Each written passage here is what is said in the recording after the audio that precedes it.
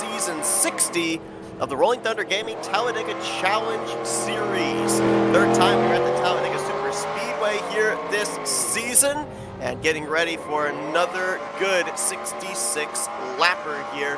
Now heading into the second half of the regular season, a part of the season that I personally like to call the chase towards the chase. 5 more events remain, 5 more opportunities for drivers to be able to make their way into the playoffs. Actually, correction, only 4 races remain because it is a 9-race regular season here for these drivers. So it's getting down to crunch time for a lot of these drivers. There are some drivers that even at this point are kind of in a must-win situation because they're far enough down in the point standings where they got to get themselves up in the top 20 in the standings, and they need a win to be able to lock themselves into the playoffs. Other drivers, they're looking to rely on consistency up inside of the top 10 right now. Some of them beginning to build a nice cushion, a nice buffer between themselves and that 10th in the standings. But I guarantee you, every single one of the drivers that say they're looking for that consistency, they wouldn't turn their nose up at a checkered flag here during the regular season. Drivers, because a win to means your playoff cars. points, a win means jumping up maybe some spots in the standings, which in turn also means an additional cumulative playoff points when everything is tallied together. So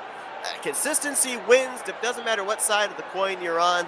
Everybody by the end of the night wants to be the first one back to that checkered flag. Good evening, everybody. I'm Seth Cole.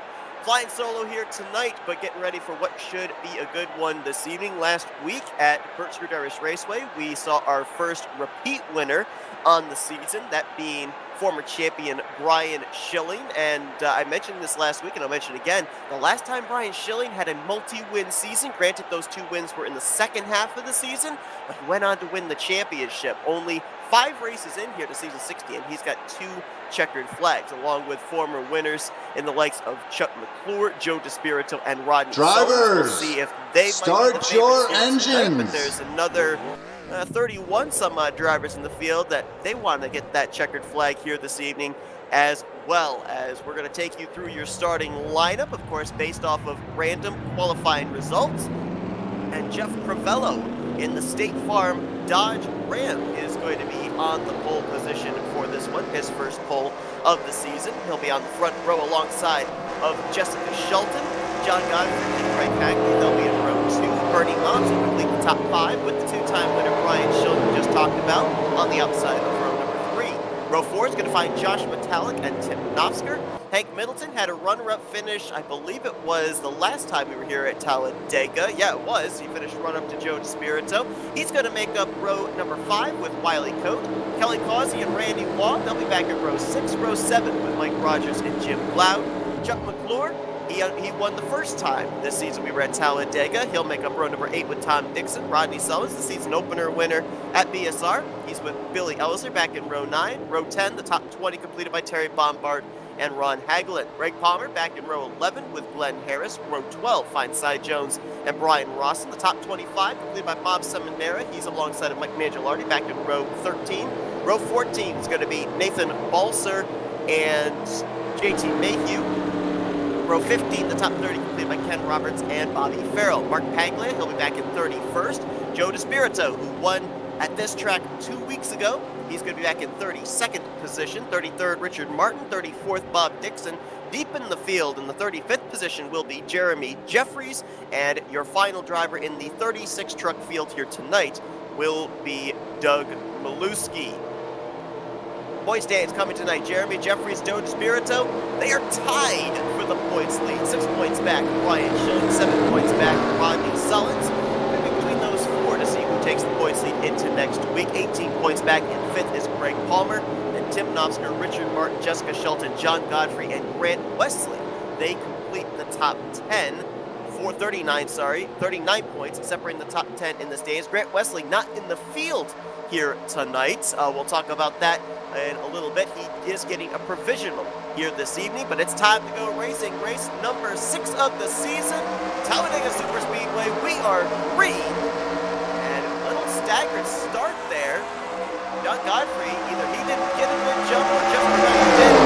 Big gap between first and second place trucks on that inside line. They're pretty well stacked there on the top side. Shelton and Craig Hagley and Brian Schilling all nose to tail down the back straightaway. 9 should clear for the here before they get to turn 3. But here comes Godfrey back. Big push, not going to be quick enough. Jessica Shelton and Craig Hagley going to clear on that top side before they get over to the third corner. Like that staggered start up there at the front caused a bit of stack up mid-pack. A couple of drivers got hit with black flags, but those get cleared on starts and restarts. Everybody should be good to go as top 3 now clear on that top side. Maybe 4. Knopfsker try to see if he can get past the front nose of Crivello's Dodge, and Shelton will lead the first lap of the evening. Grant Wesley out of state, from what I understand, has been this entire week, but he is getting provisional points here tonight. However, since he will finish in 36th in the final finishing results, even though he's getting the provisional points, he will drop more than likely out of the top 10 in the point standings. So he's not necessarily going to be in a must-win situation for the next 3 weeks. Don't get me wrong on that count. He can certainly point his way back in, but you know that when the pressure's on, that 88 truck always seems to rise to the occasion. He's done that multiple times in the last few seasons. That's why he has 3 championships in the last 4 seasons here in the Tally Challenge Series. As Shelton continues to lead, top 7 or 8 have now gotten themselves cleared on that outside line. Wiley Cope, Nate Balser, now Randy Waugh have all been able to clear themselves in that middle groove. I believe Chuck McClure is the next driver trying to do the same. And then right behind him, Bernie Mobbs, as John Godfrey finds his space up on the top side in front of Kelly Causey. Crivello, who started the pole last time by, crossed in the 10th position and maybe outside the top 10 this next time by. So that inside line certainly does not have the momentum in the early going. Being told that there was an incident, off of turn 2. No caution, we're still green. That's Tom Dixon in the Batman Chevrolet Silverado, and might have possibly been Nate Balser, who also was collected up in that. He was up close to the front, I thought. Oh, no, correction. I got the Monster Energy cars mixed up. I thought that was Balser right there, 6th in line, but Hank Middleton's got the neon green and black Monster sponsored truck out this evening. We're so used to the Peter Maxdale Sr. throwback, the tie-dye Monster truck that he usually runs. So that's why I had the misidentification there. So Balser and Tom Dixon might have been that were involved in that wreck off of turn 2, but it did not bring out a yellow. We remain green at this point in time. The Dodge is looking good right now. We saw Crivello started on the pole, and right now 3 Dodges up inside of the top 6, 5 Dodges inside of the top 6. You've got Schilling up here, Wiley Coate, Hank Middleton, Bernie Mobbs, and Jeff Crivello all up inside of the top 10, so good representation for the Rams. Of course, Dodge has the Brian Schilling with a multi-win season already, so maybe Dodge can get their 3rd win of season 60 here this evening. But right now, you've got the Fords out in front, the Ford Raptor of Jessica Shelton and the Ford F-Series of Craig Hagley in front of that Square D Dodge of Brian Schilling. Randy Waugh moving up in front of John Godfrey. Crivello and Metallic on the bottom. In the middle is Chuck McClure and Bernie Mobbs, and they've been put into the sucker hole, and they are starting to drift back. Fall outside of the top 10, and they were up inside the top 10 last time by. So they are going to try and find a way in line, either to the outside or inside line. Looks like a kind of pass from the lead. Shelton and Craig Hagley getting passed on the bottom. Ryan Schilling, Tim Knopfsker, Hank Middleton saw that inside line coming with momentum. They jumped down to the yellow line, and Schilling is going to go to the point. Led the last lap last week, trying to see if he can lead the last lap this week. Would have to go back and look the last time Brian Schilling had 3 victories in a single season. It's been a while as caution is out. Yellow flag out for the first time today. Field is frozen, and Schilling will lead us back to the start-finish line. Must have occurred towards the back of the pack. Doesn't see anything up in that shot of the entire lead group. May have been Bob Dixon, so early struggles for the Dixon boys. Tom Dixon spun off of turn 2. And Bob Dixon very likely the reason for this first caution of the night.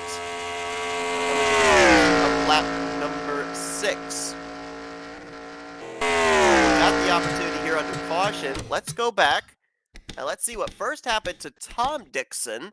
This was all the way back on lap number 2, I do believe. And then we will see what happened with Bob Dixon on lap 6. It was towards the rear of the field. Tom Dixon on the bottom, Nate Balzer on the top. 45 pushes up, 79 comes down a little bit. Ooh, that's a big hit. Front end for the Batmobile machine. And a little added contact to the rear bumper for Tom Dixon. But again, the car didn't snap and spin until it was down below the yellow line, so no caution. Right side damage for Balzer's 079. This caution welcome for him to be able to then come down pit road, give that right side a little bit of TLC. Now let's see what happened with Bob Dixon on lap 6. And this was, I believe, off of 4. Nope, going into 3, actually. Like we had a little stack up here on the inside line. Oh, wow, the stack up was a lot further up than where Bob Dixon was located. Bernie Mobbs and Martin Paglia further up. They were all checking up. Jeremy Jeffries was part of that stack up as well. And then as Dixon checked up, Cy Jones was into the back of him. And look out Nathan Balzer as he comes through. Let's see if we can get another camera shot and see where the stack up actually began, because I think it actually was even further up than Bernie Mobbs and company. Might have been Mike Mangialardi and Terry Bombard, who were a couple of trucks in front of that. No, it was even further up.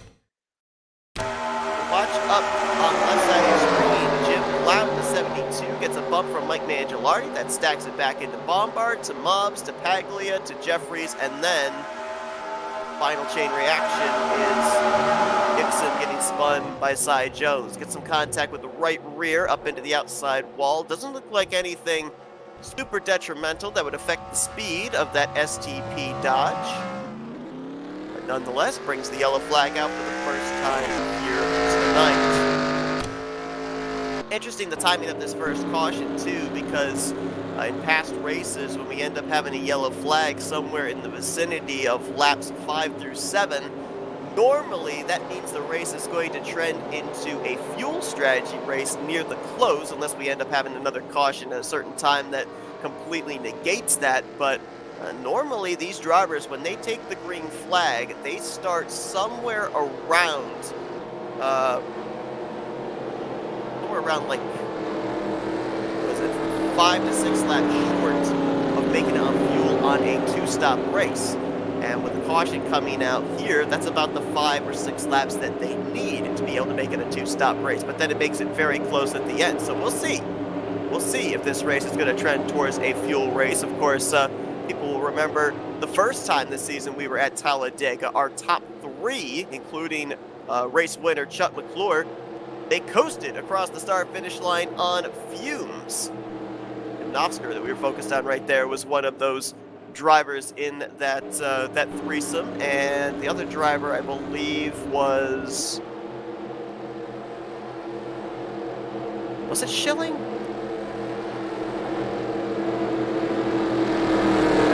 I don't remember who that other driver, the third driver was. Oh no, it was Jeremy Jeffries. Jeremy Jeffries was the other one. Maybe we're trending for something like that here tonight. Who knows? Well, we got the chance here under this caution flag. Of course, last week was the introduction of the Season 60 Tally Challenge Bracket Series, and we had a number of drivers move on from last week, the first round, into round 2. Tonight's matchups, Joe DeSpirito, the number 1 seed, taking on JT Mayhew. John Godfrey and Richard Martin, 8 and 9 seeds, going up against each other. That should be a good one this evening. Brian Schilling taking on Bob Seminara. Greg Palmer, he's facing Bernie Mobbs. Jeremy Jeffries going up against Josh Metallic. Jessica Shelton's going to be taking on Mark Paglia. That's a close battle there. The 7 and 10 seed going up against each other. Rodney Sullins, he's facing off against Chuck McClure, and Tim Knopfsker will move on tonight, as he would have been facing Grant Wesley. But those are some good matchups here this evening. I think you'd have to flip a coin to try and figure out who's moving on each one of those respective battles. Of course, the losers of each one of those battles will move into the losers bracket. Losers bracket, currently round 1 tonight. It's Robbie Nice is taking on Craig Hagley. Ron Hagelin versus Terry Bombard. Kem Roberts is taking on Bob Dixon. Glenn Harris is facing off against our pole sitter Jeff Crivello. Cy Jones is against Bobby Farrell. Billy Elliser against Doug Hewlick. Hank Middleton taking on Kelly Causey. And Donnie Garrett taking on Wiley Coate. I believe a few of those drivers that I mentioned are not in the fields here tonight, so some of them will be automatically moving on. I believe Garrett's not in the field, so Wiley Coate will advance. Bobby Farrell, oh yeah, Bobby Farrell's in the field. There was another driver I saw there that I know is not in the field tonight. I believe it was 54 of Robbie Nices, I believe is not in the field here tonight. I want to send our best wishes to Robbie Nices.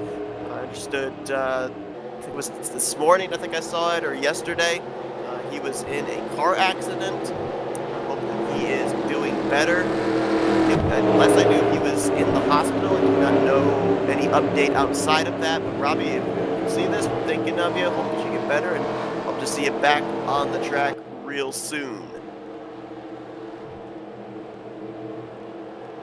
Doubled up as the lights are out atop the beautiful FRN Chevrolet Silverado pace truck. Tim Knopfsker is going to be the one to lead us back to the green. Ryan Schilling will be to his outside. Hank Middleton and Jeff Crivello, they'll be in row number 2.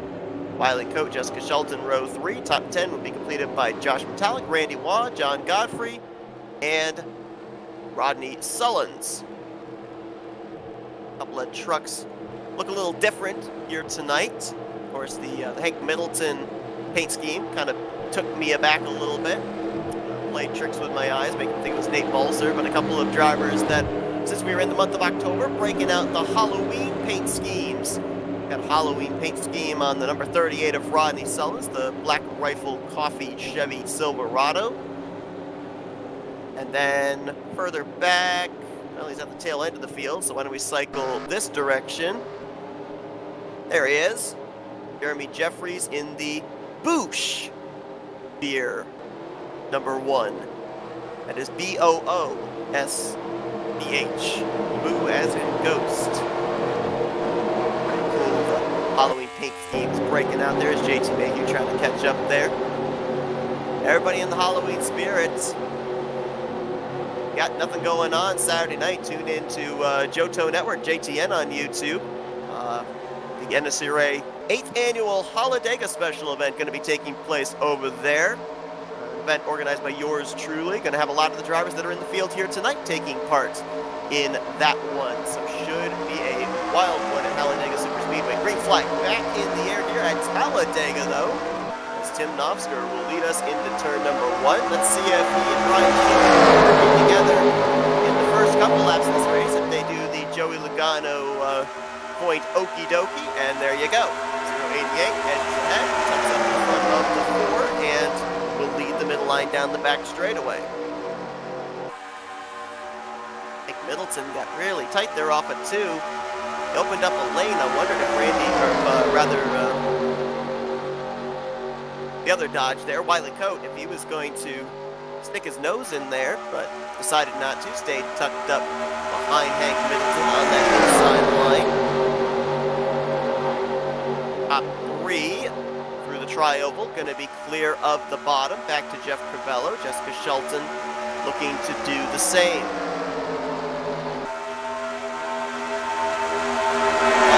Back. That was the car we just looked at, the truck we just looked at, the number 1 of Jeremy Jeffries that jumped up there. I think it was Richard Martin might have been the car I saw jumping up there with him. Nope, obviously it wasn't. Martin's in the middle of the pack. It was a neon green truck back there. By Ken Roberts.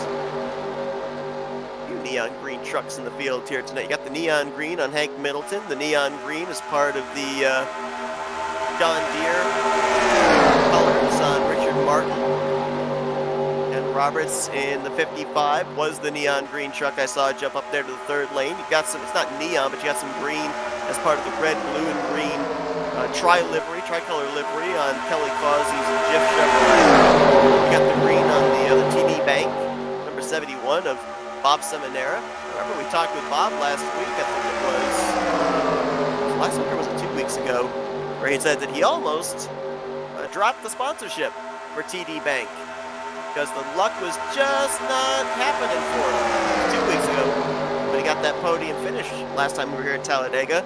But because he was able to get that podium, decided to give it another chance. He's back in that same colored Chevrolet this week in the 712. Yes, caution's out. I just noticed there was a big portion of the back of the pack that was missing. Yellow flag is out for the second time here tonight, and Novsker will lead us back to the caution. Oh, and it was a big wreck. This is over, I believe, in 1 and 2. And Mark Paglia and Glenn Harris were back there. Damage, a lot of damage on the back end of Blackhawk down 029 and Mike Mangialardi. Looks like Brian Rawson might have been in it. The Mark Martin throwback. Looks like there's damage. I can't tell if the left rear is jacked up or if the right rear is sagged down, but he's definitely had some rear end contact made. Oh, Ron Hagelin. Trailing smoke underneath the Coca-Cola Chevrolet. That truck could be done for the evening. Bernie Mobbs, JT Mayhew back here. Remember, JT Mayhew came to pit road at the 1 to green, so he started pretty deep back in traffic. That strategy call may hurt him. Hard to tell what damage, if any's on the circle water Dodge of Bernie Mobbs. Oh, Bob Dixon. That truck looks like it's been up and over. Glenn Harris limping his truck back. Billy Ellison coming off of pit road. Lane open, got some of your leaders coming down, some drivers staying out. Looks like Mark Paglia has already gone back to the garage, so it looks like this was a big one. And by the looks of the remnants of it, pretty big hits were taken. Let's go and see where this occurred. This was over, I think, in 3 and 4. And it looks like it's going to start with Glenn Harris and Bob Dixon. Is it more chain bumping in the corner like we saw for our first yellow? Yep. Oh, man.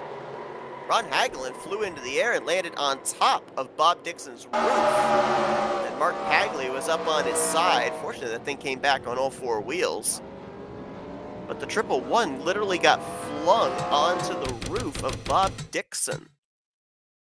After the contact with Mark Paglia, watch this from focus on the Fender Ford F-Series. Right there. The 111 gets flung up there. Mike Mangialardi. A lot of damage on his machine. There's JT Mayhew sliding into view there, left side of your screen. I didn't see how he was involved. He might have gotten clipped on the bottom trying to avoid the wreck.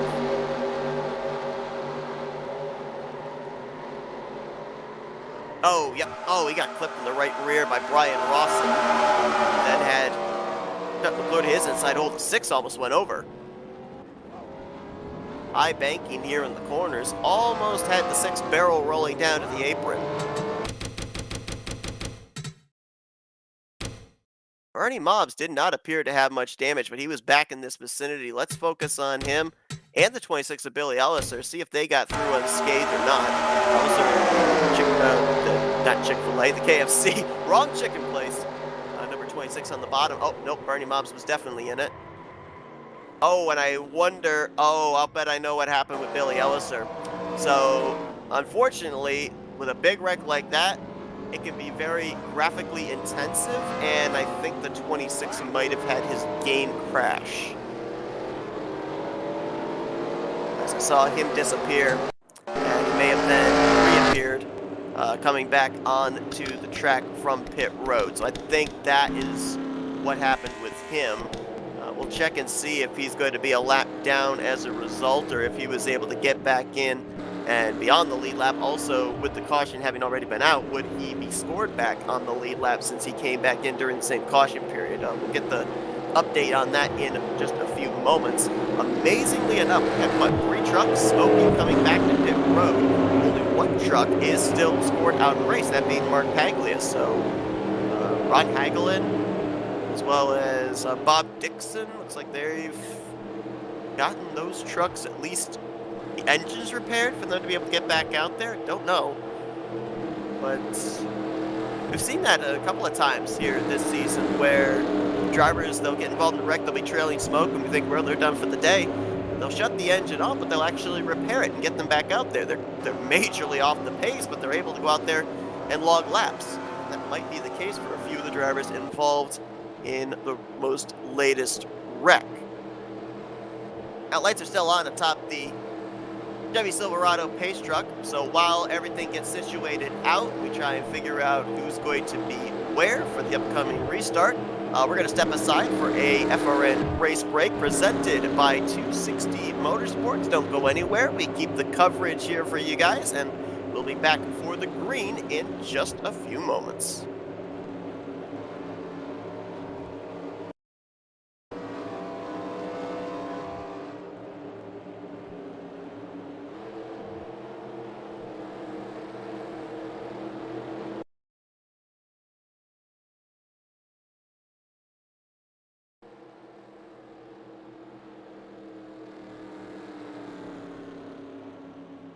Coverage of tonight's broadcast will resume right after this FRN race break.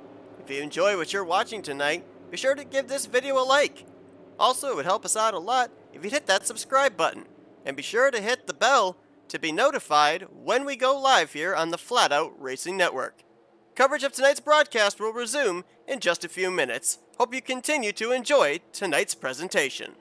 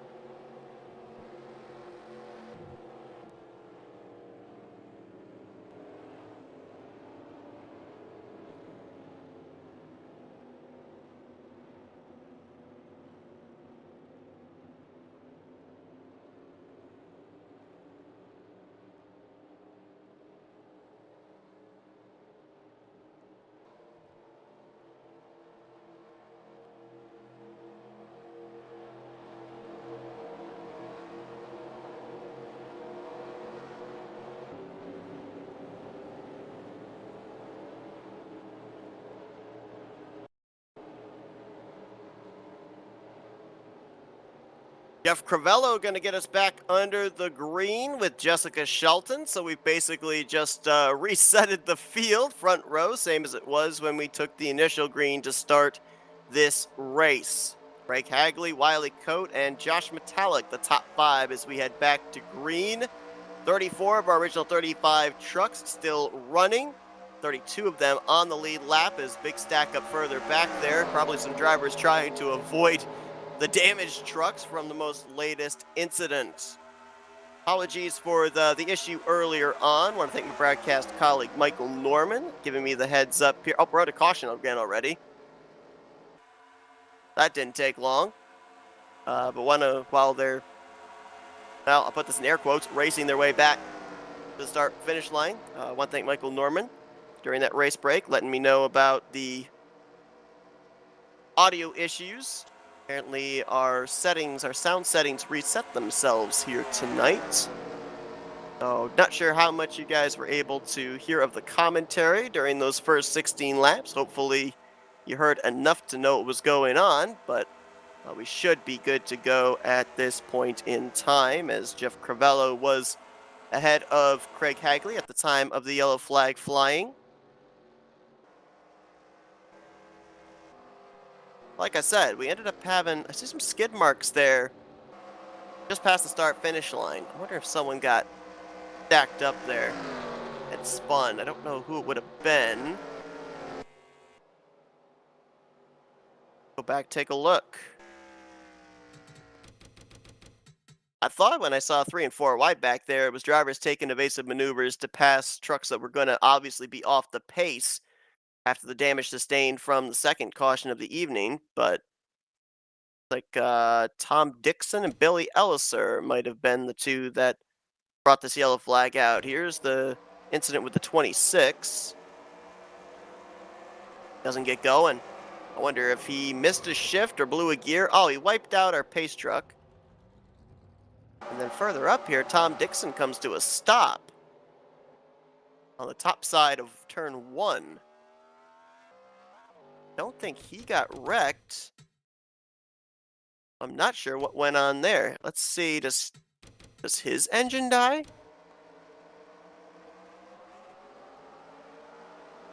Gonna watch the RPMs here. Went up through the gear, up through the gear. Oh, the end. No. His engine did die. You saw Chuck McClure was shoving him. Yeah. Engine went south. No smoke, but the engine did go south on the 45. And that is, I don't know if that or the Dixon, or the Elliser incident was what brought the yellow flag out. Take one more look at the Billy Elliser spin. I don't think this brought out the yellow, because right there, that's technically below the racing surface, and you saw when he slid through the pace truck, the lights were not out. So I believe, or were not on. So I believe it was actually Dixon stopping up in turn 1 that actually brought the yellow flag out. Probably right there with the 26 passing by. That would be considered oncoming traffic with a truck that is not up to speed, or at least not in motion. So Elliser did not get the lucky dog when he fell out during the second caution. This now the third caution of the evening. And I don't know, since he did not bring out that yellow flag, I don't know if he would be considered for the free pass or not. Tom Dixon and Bob Dixon, the two of them have now retired from the race. Of course, Bob Dixon, a lot of damage on his machine after he had Ron Hagelin on his roof over in turn 3, and then the engine expiration for Tom Dixon taking him out of the race. They join Mark Paglia back in the garage area. If Billy Elliser does get the free pass, he is the only truck one lap down. So that would put 32 drivers on the lead lap. If he does not receive the lucky dog, then it would be 31 of 32 drivers on the lead lap for the upcoming restart. Nearing a third of the way through this race here. A lot of drivers with a lot of varying strategies under the last yellow flag. So you have Brian Rawson and Cy Jones up here inside of the top 10, 7th and 8th for those two. Craig Hagley is going to come to pit road. Kind of a split decision again up here at the top of your leaderboard. Saw Glenn Harris there in the 8. He was 10th last time by. A lot of damage on the rear end of his machine after he was involved in the second caution wreck. Crivello will continue to stay out, so he will lead his 5th lap of the evening. Tim Nofsker has led the most so far at 7. And then 1 lap led apiece for... 5 laps led for Jessica Shelton. And then 1 lap led apiece for Bob Seminara, Brian Schilling, and Ron Hagelin.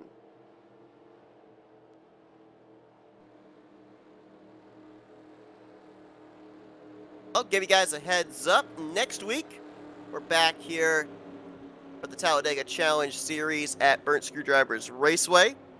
That'll be on the 12th of October.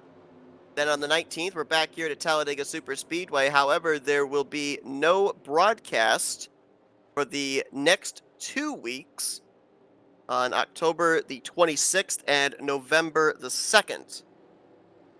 Those 2 nights, there will be no Talladega Challenge broadcast. Yours truly going to be out of state.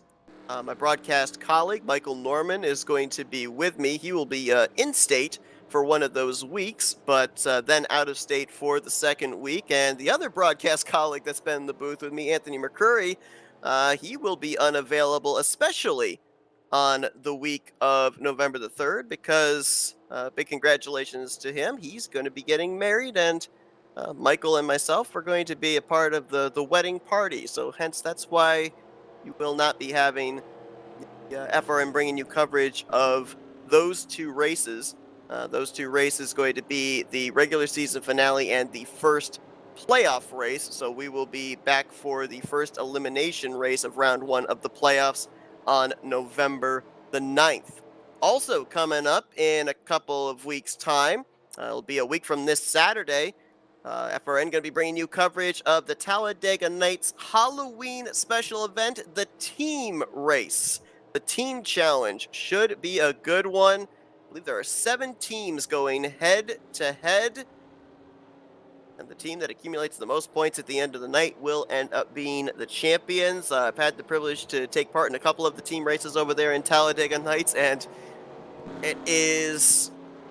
I don't know how to describe it. It is very different in terms on how you strategize, because you get placed with drivers that maybe you've not worked with before in your past, and you have to learn their racing tendencies, formulate a strategy, and try and see if you can collectively as a team win the championship or win the race on the night. So that will be on the 14th of October, Saturday night. Be sure to tune in to that here on FRN. Well, we've had a couple of quick yellows here in the last 10 laps or so. Let's see if we can get ourselves into a long green flag run. Dodges continue to show their domination here this evening as they have swept the podium for this upcoming restart. Got 4 of them up inside of the top 10. Jeff Crivello chooses the top side. Randy Waugh will restart on the inside line as the second place driver. Bernie Mobbs will restart third. There's Joe DeSpirito and Bob Seminara there in 4th and 5th. Hank Middleton in the 6th spot. Jessica Shelton 7th, Josh Metallic 8th, Ronnie Sones and John Godfrey are going to complete the top 10. Billy Elliser did not receive the lucky dog, so he will be the only truck 1 lap down. 32 trucks running, 31 on the lead lap. If you're just joining us, we're working our 3rd caution of the evening and has taken out 3 drivers to this point: Bob Dixon, Tom Dixon, and Mark Paglia. They will finish 33rd through 35th, respectively. Hopefully we won't have use for the FRN pace truck for a while here. That's Jeff Crivello going to bring us down for the 3rd restart of the evening. Lap 22 will be completed. We will be officially 1/3 of the way through tonight's event. And the green flag is back in the air. Another decent restart there for Jeff Crivello. Hopefully not too good of a restart. Pretty big gap back to Joe DeSpirito. We'll see if DeSpirito, if he closes up in the back straightaway, does he jump to the top or does he stay with the State Farm Dodge? Randy Waugh really good through 1 and 2. Draws even alongside of Crivello down the back straightaway. He's going to get a big push from Bernie Mobbs. We're still going to be side by side going into 3 for the top position, and it looks like at least they're on the entrance of the corner. Inside line wins out a bit. Now the outside line will come thundering back on the top side out of turn number 4. 3rd lane forming. Got a trio of trucks up there. Saw Kelly Causey. Wiley Coate was also up there, and Craig Hagley. John Godfrey now jumps up to that 3rd lane.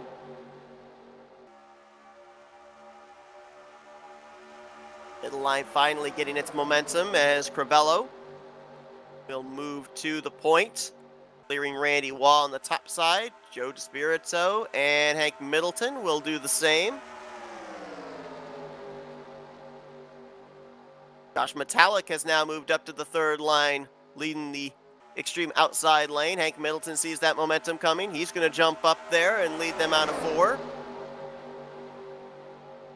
Up the middle, that is Rodney Sullins in the 38. With Jim Gloud in the 72. You see the middle line losing momentum with the 2 trucks there. Inside line with Randy Waugh, outside line with Hank Middleton. 3 wide, dodges for the race leading to turn 1. And Randy Waugh, with a big push from Bernie Mobbs, is going to go to the point on that inside line. Middle line's forming up there. Ooh. That was close. Don't know if there was an errant bump from Seminara to Mobbs, but 31 looked a little out of shape midway down the backstretch. Keeps it pointed in the right direction. Randy Waugh continuing to show the way. Middle line trying to get formed back up. They're losing numbers. They had about 7, 8, 9 trucks that were all lined up in that middle groove, and now all of a sudden there's only 4 or 5 of them there. So they're drifting back once again. Third lane, they've got them all lined up there, but they're not really closing up the momentum like I thought they were going to. Inside line is pretty well organized, and they're keeping that third lane at bay. Oh, Bernie Mobbs showing his hand, drifts up to maybe the middle line. Now he'll dive to the bottom on Randy Waugh. Bob Seminara stays with him. Randy Waugh moves up, throws a block on Hank Middleton, and almost got hooked in the right rear for his troubles. That's one of those blocks you don't wait for your spotter to clear you. You just make the gut move, and it almost could have caused a lot of drivers a chance at a good finish here tonight. I think Hank Middleton may have backed out just enough. Otherwise, the 21 was probably going to go up and over. He was going to get right rear hooked into the outside safer barrier. That helps the inside line. Top 3 get themselves cleared. Mobbs, Seminara, and Shelton. We saw all of these drivers work together the last time we were here at Talladega, along with Joe DeSpirito, who eventually went on to win that race.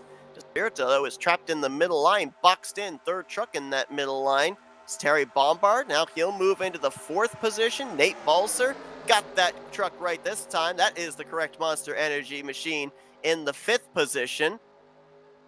And now into 6th, trying to clear, is Ken Roberts in the 55. Greg Palmer there as well in the inside line. 7th truck on that inside line, the 22. Former playoff contender from last year. Won a playoff race to advance into the 2nd round. Greg comes into tonight's event in the 5th position in points, 18 points out. Matter of fact, we talked about the fact coming into tonight's Joe DeSpirito, Jeremy Jeffries were tied for the points lead. We've seen Joe DeSpirito up here towards the front. Jeremy Jeffries has not made a lot of forward progress.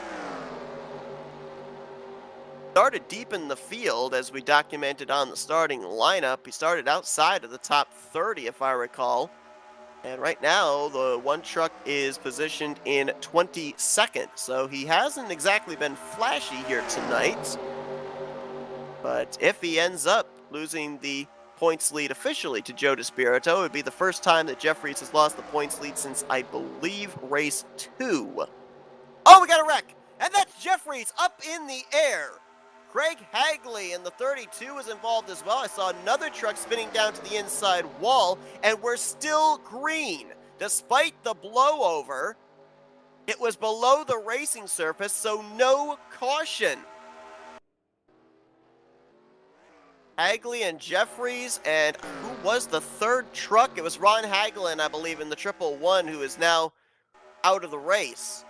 How in the world was that not a yellow flag? I do not know, but it was below the yellow line when both trucks got spun, so no caution will waive. I'm going to stop talking about drivers because I think that was a classic case of the commentator's curse. I don't think that either the 1 or the 32 got any damage. A wild ride for Jeremy Jeffries, but I think that that truck landed back on all 4 wheels and didn't make contact with the wall, so he should be okay. He just needs a caution to catch back up. Same for the 32. Billy Elliser probably looking at that and thinking, how in the world is that not a yellow flag? I need the caution to be able to get back in the lead lap. Bernie Mobbs has now moved up to the middle line with Seminara and Shelton. They've picked up Josh Metallic in the 39, pole sitter Jeff Crivello in the 56 side by side for the 4th spot with Terry Bombard. Campbell Ford F-Series, the number 10, or the word 10, whatever you want to call it there. Behind him, side by side for 7th, Joe DeSpirito on the top and Nate Balser on the bottom. 3rd line beginning to form a bit there. John Godfrey, Rodney Sullins, and Kelly Causey moving up to that top side, trying to see if they can make something happen. I want to go back and I want to look at that wreck on the back straightaway. I'm afraid if we cut away, though, something will happen. You know what? We'll risk it. We're going to drop back and see if we can look at the incident involving Craig Hagley and Jeremy Jeffries. Hopefully these drivers keep it together during that span of time. Both drivers are running back around the 20th position. And we'll see if we can quickly get a look of what occurs. 32's on the middle line. The 1's on the bottom, and... oh, wow. This looks like Hagley maybe pushed up into Wiley Coates and comes down into Jeremy Jeffries. Cy Jones. Oh, the 32 actually went up and over. He grip flipped. And he has come to pit road, has Craig Hagley. Jeremy Jeffries is on pit road now as well. Cy Jones was actually the truck that I saw on the inside of the racetrack. He had nearly spun out and saved it. I thought it was Ron Hagelin was the truck that I saw because I then looked and saw he had retired out of the race, but Hagelin actually came to pit road a couple laps after we went back green for the most recent restart. Hagley and Jeremy Jeffries, both now after the pit stops that they made, they are 1 lap down. Billy Elliser has passed them both, so he is in a free pass position still. It's going to be between Hagley and Jeffries for the 2nd lucky dog, should it be only those 3 off the lead lap prior to the next caution, if we get a caution. Mike Mangialardi off the pace in the 0.29, obviously has lost the draft. And there's the caution that those drivers I was just talking about were hoping for. Cy Jones, this is huge for him because this will have him caught back up to the rest of the pack. Bernie Mobbs will lead us back to the start-finish line. 4th caution of the day. And looks like this one involved Rodney Sullins, former winner this season. And that truck's got some roof damage. I think that one might have flipped. Man, damage on the back, on the right side, on the left side of the roof. Oh, Kelly Causey's got a lot of damage as well. Bobby Farrell might have also been in it in the 92.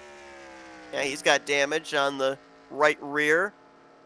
Back end is skewed incorrectly there. There's roof damage on Causey as well. I wonder if he went up and over. Rodney Sullins won the first race of the season at Burnt Screwdrivers Raceway. Came into this one 7 points out of the points lead in 4th, so pretty much with 4 races remaining, looking like a shoe-in for a playoff contender. But not the run he was looking for here tonight, as even if they do get that thing repaired, he probably is going to be off the pace. Let's take a look and see what happened to him, Bobby Farrell, and Kelly Causey for this most recent yellow. At the time of caution, Billy Elliser, Craig Hagley were the first 2 1 lap down. So they'll be back in the lead lap. Oh my gosh. Yep, we definitely had a flip. Rodney Sullins visited all 3 levels of the catch fence. Turn 3 has been a trouble spot tonight. As there goes Sullins up into the air, courtesy of the 92 of Bobby Farrell. That is the 3rd caution we've had with somebody bumping somebody else late on the inside line into 3. The 1st and 2nd cautions came out for that same reason. Causey went up and over. Let's see how high he went. It was Brian Rawson into Bobby Farrell, that checkup on the bottom this time. There you see the contact. Rawson gets Causey. Farrell gets Sullins. Causey had one of the quick flips, and then it comes back on all four wheels, but Rodney Sullins, he visited the outer stratosphere. Incredibly enough, despite the air he got and everything, he was able to drive it back to pit road. Caution out for the fourth time here tonight. Terry Bombard going to stay out and lead a lap here.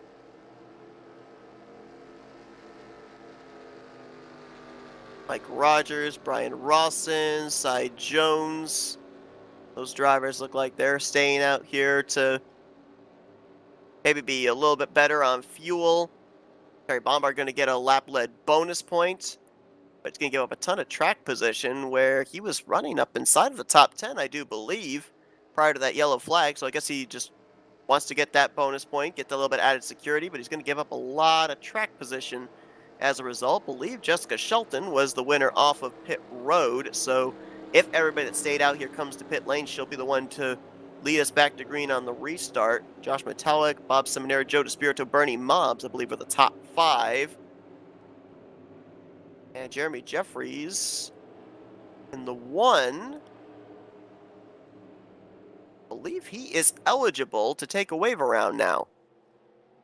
No, not yet. Kelly Causey, now he might feel that his race is over, so he's going to stay out and lead a lap. But if he pits, then the 1 would be ahead of the 9, which means that Jeremy Jeffries would be ahead of all lead lap cars and be eligible for the wave around. So if indeed he does take the wave around here, then Elliser and Hagley take the lucky dogs. All 31 drivers remaining would be back on the lead lap. We'll see if that transpires here.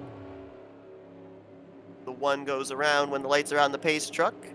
And indeed, everybody running will be on the lead lap in preparation for the second half of this race. But Jessica Shelton, it does appear, will be the one that will lead us back to green. We're going to step aside for another FRN race break presented by 260 Motorsports. You're not going to miss a thing as we keep our coverage here from Talladega. And we'll be back here for the green flag, working caution flag number 4 here tonight in race number 6 of season 60 of the RTG Talladega Challenge Series.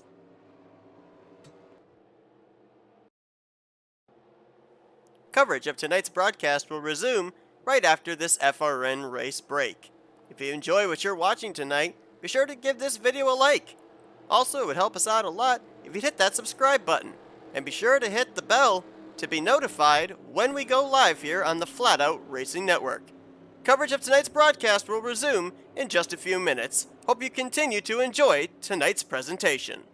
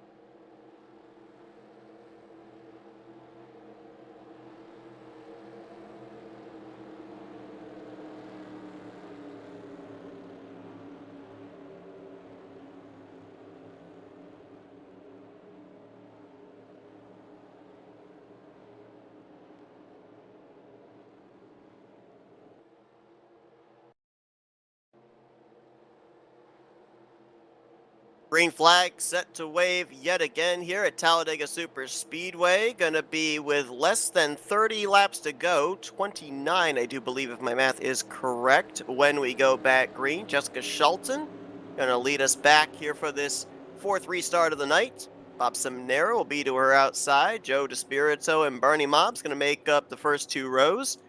Jim Glaude gonna be in the fifth position. Chuck McClure in sixth.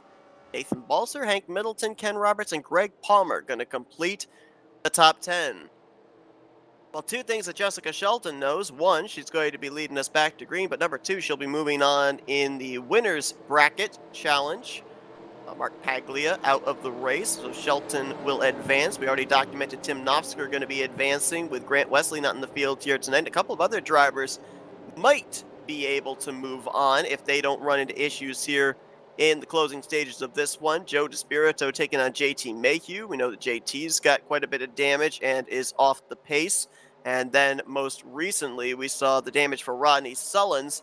Chuck McClure up here in the top 10. He may be easily advancing in, because I doubt that 38 is up to speed. It's a green flag in the air. Good jump for Shelton and DeSpirito. They might be trying to see if they can get ahead of the 712 here, do a double okie dokie going into turn 2, get both of them clear and move up to that top side. We've seen the okie dokie before. I don't think we've ever seen a double okie dokie, but it worked. That was beautifully timed. They had to make sure the 24 did not pass the 712 before the start finish line. Otherwise, that would have been a penalty, a black flag penalty that probably would not have been cleared. That was perfect execution right there by the 9 and the 24 in cooperation with the 712 and the 31, and now they've got them all lined up 1, 2, 3, 4 on the front straightaway. You saw it during our race break there, presented by 260 Motorsports. Billy Elliser and Craig Hagley got the lucky dog, and Jeremy Jeffries took the wave around, so all 31 of our running trucks are on the lead lap at this point in time. And when we went back green, it's one stop to the finish. But the question is, when do you make that final pit stop? If you stretch it the farthest possible, we're going to be having pit stops in the vicinity of 10 laps to go. And we've yet to see a green flag pit stop here tonight, as we have worked 4 cautions for 16 laps. Only taken out 4 drivers, but we've got a multitude of trucks that are off the pace, including Rodney Sullins. I believe that Mike Mangialardi is off the pace. JT Mayhew might still be up to speed. Double check back there and see. Yeah, looks like he is still up to speed. A little off the pace as far as Aero is concerned, but might be one of the cases where if he has someone pushing him, he's able to stay up in the lead pack. And then we got a huge break I just noticed from our lead group back to a second pack. Mike Mangialardi, Randy Waugh, Billy Elliser back in this group. The 21, I do believe, is up to speed. The 029 is not, so I'm not sure why Randy Waugh is still staying back here unless he got held up by the slower traffic on the restart.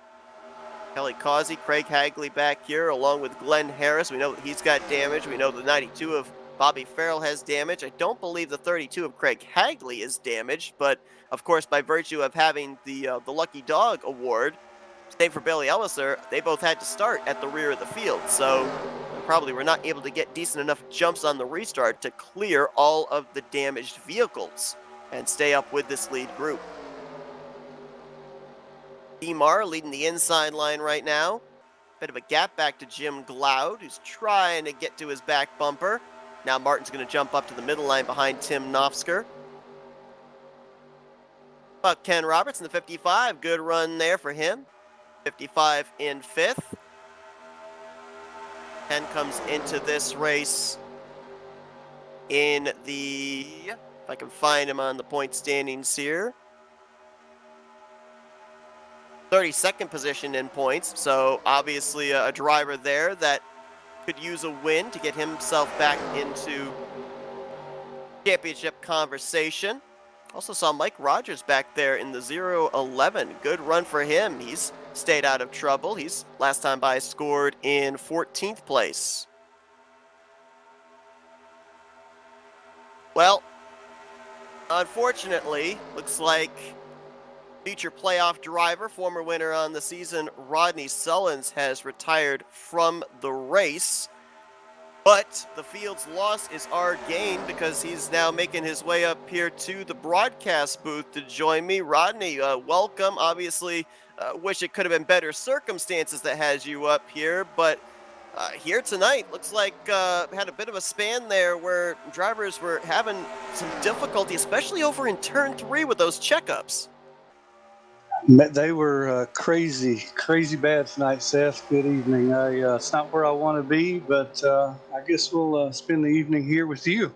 Yeah, and I mean, obviously, you got that win in the season opener at BSR, so we know that you're going to be locked into the playoffs. You were in the conversation to leave here tonight as the points leader, but I mentioned this at the top of the night. Last week, halfway in that race was the halfway point of the regular season. We're now in the home stretch towards the playoffs.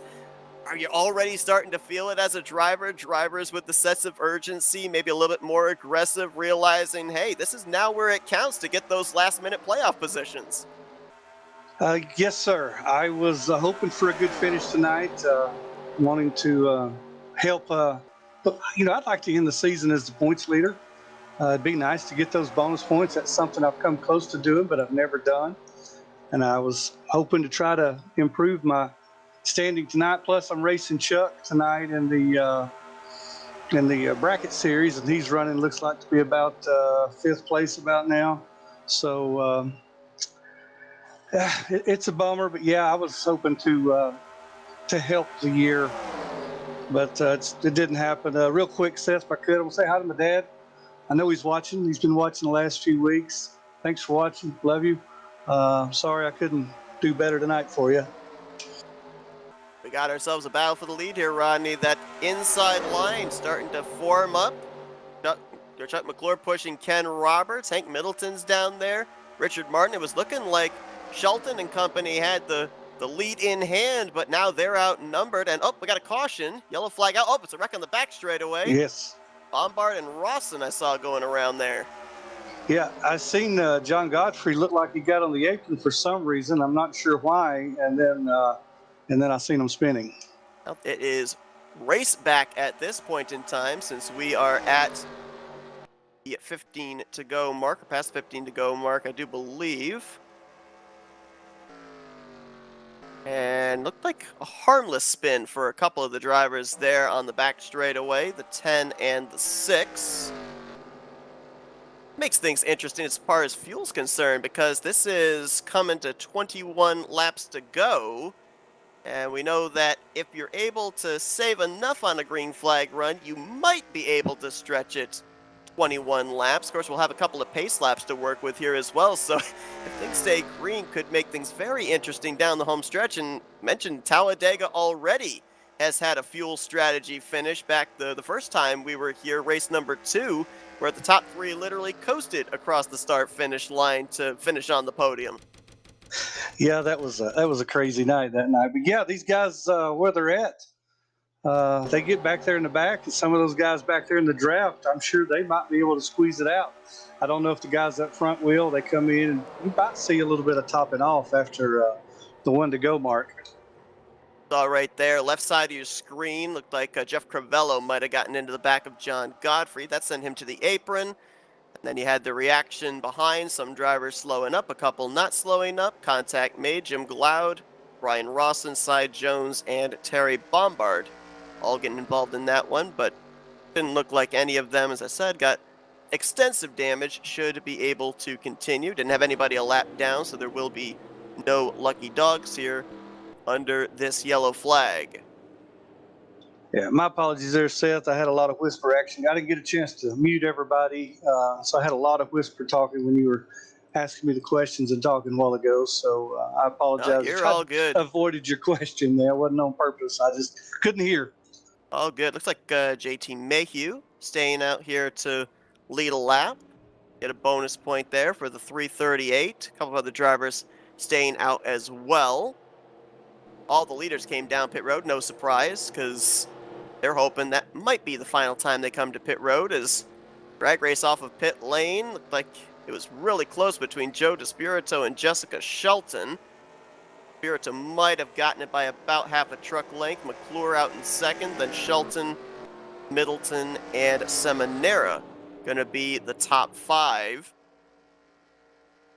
We talked about the fact that things kind of changed up a little bit this season as opposed to the last couple of seasons. Talladega has been the season opener, and subsequently, when we then moved to the 9 regular season races, it ended up being where the playoffs were determined in the regular season finale.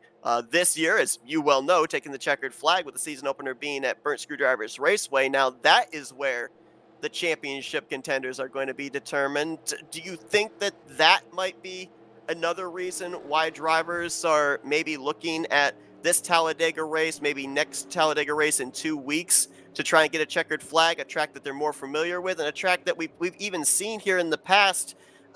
All 3 lanes really able to work, able to keep the momentum, because we've seen it at Burnt Screwdrivers Raceway.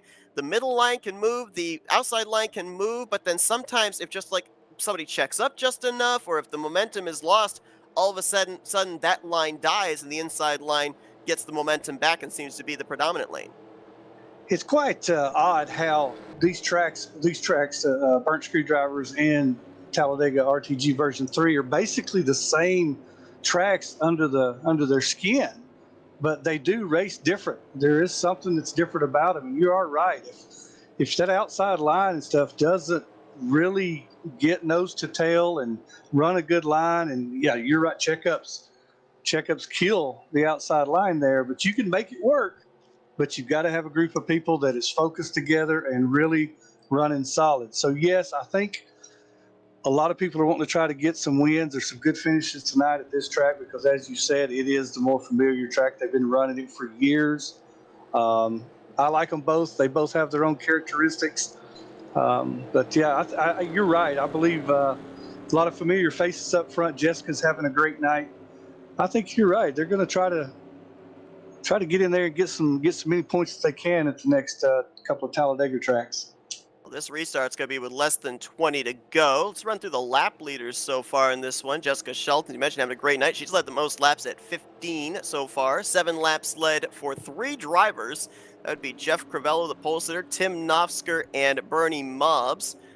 Like 2 laps led apiece for current race leader Kelly Causey, though I think he'll probably be on pit road this next time around. Also 2 laps led for Randy Watt, and then 1 lap led apiece for Joe DeSpirito, Bob Seminara, Ken Roberts, Brian Schilling, Terry Bombard, JT Mayhew, and Ron Hagelin. 30 drivers remain, all 30 on the lead lap. All 30 were on the lead lap prior to that yellow flag, so no lucky dogs needed in this one.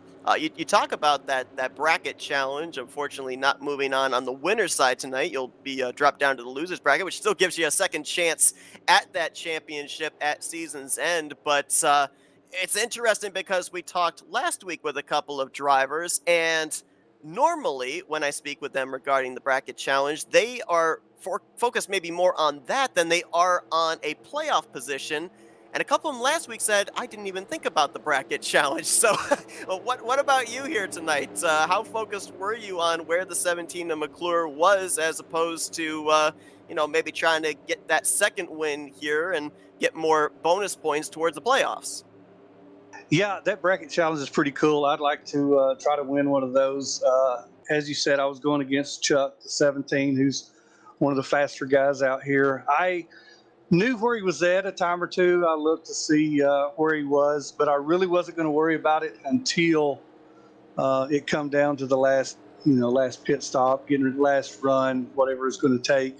Because it doesn't matter right now. It even doesn't matter where he's at, as long as unless he's leading and I'm the last truck. But you just kind of want to get yourself in position to get to them as the race ends. And obviously, if you win the race, which is everybody's goal at the end of the night, you probably beat that other person, because the best they're going to be is second. So it's really exciting. It adds a touch of excitement that makes it even more pressure, because there's none out there right now at all. You can see these trucks up here at the front bogging down, throwing in the clutch. Going to be 17 to go when we go back green. These drivers should be able to make it the rest of the way on pit stop. So I think safe to say here, Rodney, anybody up at the front of the field. They just made their last pit stop of the night. Now it just comes down to your friends and where you find them, positioning yourself for maybe getting around that point of no return and figuring out when and if the caution might fly during that segment of the race. I believe that's lap 62, isn't that the point of no return? Is lap 62? Yeah, I believe so. Even if we have no lap down trucks, I think we've seen where it looks like we could get a one-lap shootout. They still add on that extra lap of yellow, and we finish the race under caution. I think you're right. So that 62 target lap, which is still going to be about 13 laps away. Anything can happen between now and then. Oh, anything can happen between start and finish line turn 1 here in a second. Joe DeSpirito going to be the one to lead us back to green. Chuck McClure will be to his outside. Both these drivers have been to victory lane this season, so they're looking to join Brian Schilling, the multi-time winner here in season 60. Jessica Shelton and Hank Middleton, they're going to make up row number 2. Bob Seminara, Ken Robertson, row 3. Top 10 completed by Richard Martin. Jeff Crevella's been up in the top 10 all night after starting from the pole. And Josh Metallic, Tim Nofsker going to complete the top 10. 30 trucks still running, all 30 on the lead lap, getting ready for yet another restart here tonight. 5th restart of the evening at Talladega, and the guy that took the checkered flag here 2 weeks ago is going to be the one to get us back underway. It's like a pretty clean start, what I can see. Good pushes from both of the drivers in the second row. Middleton to McClure, Shelton to DeSpirito. Inside line's going to get the momentum. Let's see if DeSpirito stays on the bottom here. Nope, he's going to jump up to that middle line. I was wondering about that because we saw the 24, the 9, the 7, 12. They've been working together all night long, but DeSpirito knows that middle line was going to get the momentum off of 2. He had to go up there and defend that run. Yeah, these tracks, both of Talladega and BSR, they both have 2 strong lines. Typically, it's the inside and the middle.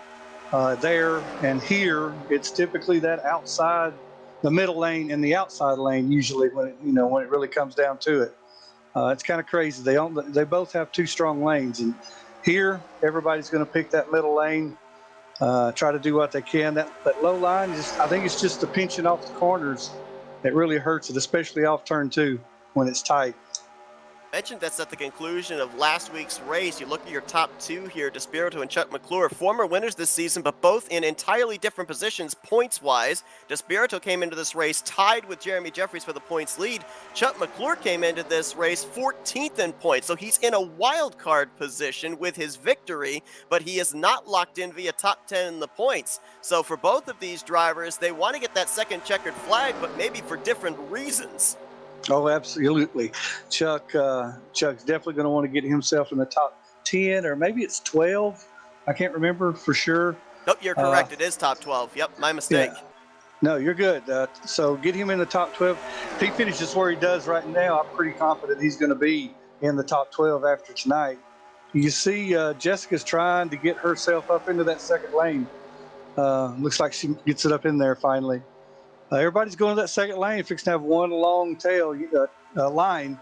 You know what that means. Checkups are coming. Absolutely, and we've seen quite a number of them already here tonight, leading to some pretty big wrecks over here in turn 3. I can't remember the last time that turn 3 has been the main trouble spot here at Talladega. Usually it seems like off of turn 2 has been the area drivers have really had to worry about, but I believe at least 3 of our 5 cautions tonight have been due to checkups on that inside line heading off the back straightaway into the third corner.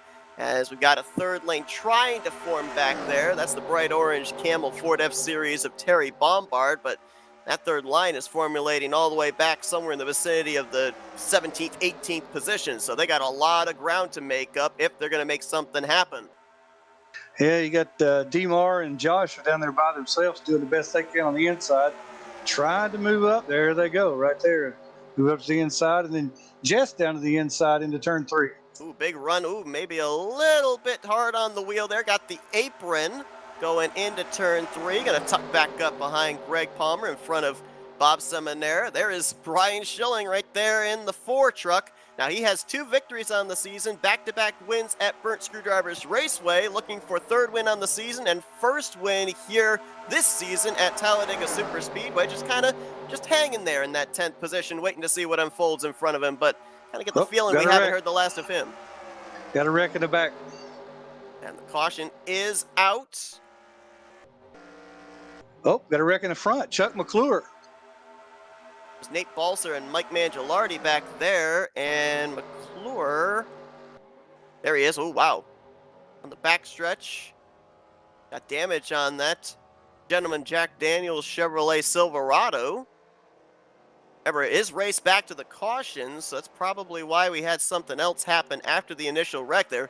Drag racing back to the line here. Ken Roberts, with a push from Tim Nosker, is going to lead us back to the start-finish line. His drivers fan out, double and three wide, woeing it up in preparation to pick up the Chevy Silverado pace truck. I believe three trucks were in the wreck over in turn 2. I believe Mike Mangialardi, Nate Balser, and Bobby Farrell might have been in that. And then there is Chuck McClure. There's a lot of action happening just then. There's stuff happening everywhere. A couple of wrecks and racing back. That was exciting. A lot of damage on the back end of the 17. I seen that. Looks like, did he just back it into the wall? I couldn't see it. I believe that's exactly what happened. We're going to be going back and looking, but at initial look there, I think he might have gotten that dreaded bumper grab off of 2. We're going to first look at the incident over in turn 2. Brian Rawson peeking to the inside of Nate Balser, and he drifts up the track into the left rear quarter panel. And then Mike Mangialardi spins Billy Elliser out in reaction to the wreck ahead. Elliser does a nice little 360 and keeps going. Rawson, though, parked down against the Armco barrier there at the bottom of the center of 1 and 2, and looks like he had to call the tow truck back to pit lane. Now let's take a look at what happened to Chuck McClure. He indeed pretty violently got back-end damage into the inside wall, as this was off of turn 2 as well. And yeah, he moves low. Despirito moves low to block, and then I think McClure tries to come back up to tuck in line. And fortunately, just the hitbox here for the NCTS 09 mod hooks him off of the 24's rear bumper and hard into the inside wall in the backstretch. Yeah, just a product of the bumper hook, as you were saying. That's tough. You kind of wish that didn't happen, but there's not much you can do about it. It seems to happen worse with some than others, some mods than others. But that's tough. I hate that for him. They had a good run going. Yeah, it's interesting. A lot of different mods in the case here. The truck mod for this series. You got to get used to the hit boxes when it comes to super speedway racing. Last couple of weeks, I've been having to kind of get reintroduced to some of the hit boxes for super speedways for different mods, and they've taken me by surprise. Have you been able to figure out the hit boxes here for this particular mod, or are you still in a learning period of what the do's and don'ts are of how close you can get to somebody in terms of pushing, in terms of making moves, in terms of blocking? I feel like I'm pretty comfortable with it, but that I still have those times of where I back off just a little bit because you're not confident, because it could just be just literally a hair. You could be a good push or you could be a bumper hook. So sometimes it's a guessing game, and sometimes you win, sometimes you lose. Not sure where Chuck McClure's going. We got some beef. Yeah, we do. We're driving That's interesting. Up, giving a little tap to the side of Joe Despirito. Obviously not happy how that turned out. I didn't expect that, but I guess he figures that Joe had something to do with that. I guess, best case scenario, if you're going to show your displeasure, you didn't wreck him or anything, just gave him that little tap on the passenger side door, but something interesting to kind of follow up on during this week and maybe into the following weeks heading towards playoffs. McClure's going to restart back in at least the 28th position. That's where he was scored last time by. Despirito's going to restart up in the top 3 in 3rd, but Ken Roberts there in the 55 mentioned the fact that he's mired down there in the point standings. However, a win here tonight could certainly turn his fortunes. And then all he would have to do, I think I said where he was in the points. He's 32nd in points. All he'd have to do in the next 3 races is get himself up into the top 20 in the points for that win to count towards a playoff spot. Ken Roberts, a former winner in the Talladega Challenge, it was a number of seasons ago, and he was a playoff contender. But certainly, he'd love to get back into the postseason. Yes, sir. That's Ken's a really good driver. He's good at these super speedways. Me and him are really good friends. We come back into this together, so it's good to see him out front. I had nothing make me happier than see him win one of these because he's had a rough last few weeks. He's had a rough last few seasons actually. His finishes are nowhere near what his talent what his talent level is. So it'd be nice to see him get a good. I bet he'd be happy with the top 5, but I know good and well he wants the checkered flag. That's for sure. You got Tim Nofsker there in the 088. He finished 10th in the playoff standings last season. Did not have a good start to the playoffs and subsequently did not advance into the round of 8. He's had a good season so far here, 6th in overall points. His best finish, 2nd place. That was here at Talladega back in that fuel strategy race number 2. So he is looking to see if he can get back to victory lane in the 088. And these are 2 drivers. We saw Nofsker up towards the front at the beginning of the race. Really hadn't seen Ken Roberts up here at the front until now.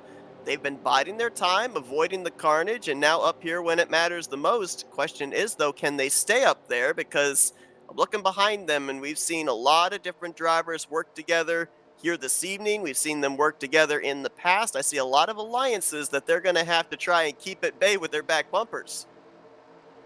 You have the stuff better than I do. Is Spirito and Schilling in the top 10? Is that the only drivers that have a win this season? Yes, they are inside of the top 10. Despirito tied for the points lead. Schilling is 3rd. You yourself were 4th in the point standings. The only other driver that had a win that was not inside of the top 10 was Chuck McLaurin, 14th. Yeah, so there's everybody up there between Chuck and the front.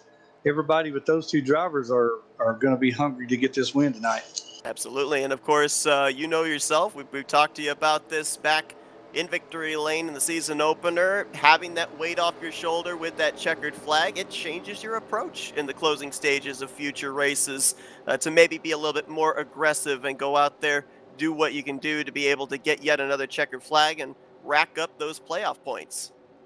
That's 100% correct. I mean, let's be honest. Tonight, when I wrecked and I knew that I was out of the race, was it disappointing? Absolutely. 100% I was disappointed. But I've got that win.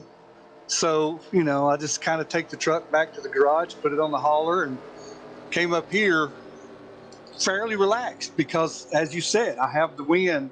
I'm locked into the playoffs as long as I keep it in the top 20. Right. In the points, I'm in. So, yes, it's a huge relief to get that first one, the very first race. Oh man, this season's been fun, without having to worry about some of that stuff. Kind of liken it to the golden ticket to Willy Wonka's chocolate factory in a way. I like it. A couple more drivers that unfortunately will not reach the conclusion retired after this most recent caution. Brian Rawson will get credit for 29th, and Cy Jones will be 30th. So 28 drivers all on the lead lap will get us back underway for a restart with 8 laps to go here. Ken Roberts, Tim Nofsker, the front row. Joe Despirito, Greg Palmer now up in row 2. Hank Middleton, Jeff Crivello, Brian Schilling, Jessica Shelton, Bob Seminare, and Richard Martin going to be the top 10 as flagman's ready. Green flag is back in the air. About midway through this run would be that point of no return. They've got to make it about 3.5, 4 more circuits to get to that segment. Man, I hope this goes green all the way to the end, just to get a good race. And it's been a crazy race. The last couple of weeks, we've ended up having the race end under green flag conditions. They've made it back around to the checkered flag. We'll see if that's the case here tonight, as we've worked 6 cautions. And we've had quite a number of torn up trucks. Hopefully we can see this thing end officially under green, as inside line, surprisingly, kept the momentum down the back straightaway. That's the first time in quite a while, I think, we've seen that the top line didn't get the run and draw even off of turn 2. Yeah, I'm not going to lie. I was surprised to see Ken stay down there, but him and Joe seem to be doing really well down there. Now that outside line trying to form. Greg Palmer on the back bumper of Tim Knopfsker. Let's see if the 088 can draw alongside at least the 24 here through 1 and 2. Nope, they lose a little bit more ground. DeSpirito is clear of the 088. Now Hank Middleton trying to see if he can get the inside line moving and get clear into third position. Remember, 2 weeks ago, when Joe DeSpirito won this race, Hank Middleton was the guy behind him. He was his wingman. So you wonder here if those two can get first and second again, if maybe DeSpirito repays the favor to the two. That'd be interesting to watch. See them swap out there without slowing the whole get everybody up. That'd be interesting to watch. That third line is trying. It's trying. It just can't seem to get going back there. It looked like, unfortunately, for the truck that moved up there, Wiley Coat, a couple of the damaged trucks were up there trying to help. Glenn Harris I saw up there in the 8. He was involved in a wreck earlier. I saw Craig Hagley up there. He was in a wreck earlier as, whoa, the 55 of Ken Roberts got the apron off of 2, and that nearly checked up the whole inside line. Yeah, see, Jeremy Jeffries moves to the outside. He's trying to get something going. He was in a wreck earlier. I did not see how bad it was. Jessica and Wiley move up in front of him. Did his truck get tore up pretty bad, or was he I seen him go off the ground. I know it's an oxymoron, but he had what we coin a harmless blowover. The back end of the truck went up in the air, but it landed clean with no damage. DeSpirito moved to the outside of Ken Roberts. That's kind of what I thought. I've seen that happen before as well as you have too. They seem to get up there and come back down and everything's okay. I, on the other hand, went up and come back down and just beat my truck to death tonight on every piece of concrete and asphalt I could find. Yeah, well, you kind of pulled the Ricky Craven, visited all 3 stories of the catch fence. Actually, I think you cleared the catch fence at one point in that that barrel roll there. So, yeah, wild ride for you here this evening as things getting wild up here at the front. 3 wide around the 7th position. DeSpirito clear of both lanes now, courtesy of Hank Middleton, but Greg Palmer, Jessica Shelton, Wiley Coat doing some work and nearly a wreck in front of them as both Tim Knopfsker and Jeff Cravella had the same idea, trying to move up to that 3rd lane. This is what I'm talking about. This is getting exciting now. And we're at the point of no return as well. So the usual disclaimer, we're going to stay here at the front. If a wreck takes place, we're going to follow the battle back to the start-finish line, look at any subsequent replays, either during the caution period or post-race, as this is the hairy situation right now, around 7th, 8th position. Jeffries in the middle, Crivello on the top with a big push from Greg Palmer. Middleton sees that run coming. He'll move up to that 3rd lane. Now Knopfsker left alone in the middle groove. Oh, I thought we were going to go 4 wide there for a minute. I thought Palmer was going to go under Crivello, but they stayed 3 wide. And this 3 wide helps the inside line. Top 5 clear on the bottom. DeSpirito, Roberts, Schilling, Seminara, and Metallic. Now maybe Demar as well in the 6th position. 3 laps to go for the 24 of Joe DeSpirito. Oh, they saved it somehow. I don't know how. That was close. A lot of pinballing there. Even more there. Contact with Jeffries and McClure, Knopfsker and Palmer and Shelton. They all kept it together somehow. I'm sorry for the lack of English language there, but I didn't know what to say. I was just waiting for something to happen. Don't worry. Everybody tuned in understood you loud and clear because they saw it too.